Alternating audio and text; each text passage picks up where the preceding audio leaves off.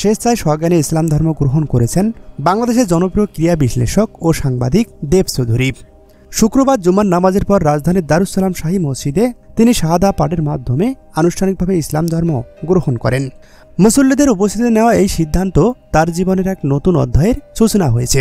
ইসলাম ধর্ম গ্রহণের আগে এক সংক্ষিপ্ত বক্তব্য দেন দেব চৌধুরী। এ সময় তিনি জানান, আমি সম্পূর্ণ স্বেচ্ছায় ইসলাম ধর্ম গ্রহণ করেছি।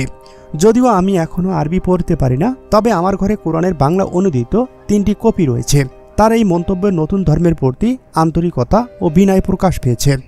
শাহাদা পাঠের মাধ্যমে মসজিদে উপস্থিত মুসল্লিরা তাকে উষ্ণ অভ্যর্থনা জানান। অনেকেই তাকে আলিঙ্গন করে নেন এবং শুভেচ্ছা জানিয়ে ফুল ও পোশাক উপহার দেন। তার ইসলাম গ্রহণের খবর সামাজিক যোগাযোগ মাধ্যমে ছড়িয়ে পড়লে আলোচনার কেন্দ্রবিন্দুতে পরিণত হয়। দেব চৌধুরীর এই সিদ্ধান্ত বাংলাদেশের ক্রীড়া অঙ্গন ও গণমাধ্যমের জন্য এক ব্যতিক্রম ঘটনা হিসাবে চিহ্নিত হচ্ছে। ইসলাম গ্রহণের পর তার নতুন নাম কী হবে এবং এই পরিবর্তন তার পেশাগত জীবনে প্রভাব ফেলবে কিনা তা নিয়ে রয়েছে নানা রকম কৌতূহল।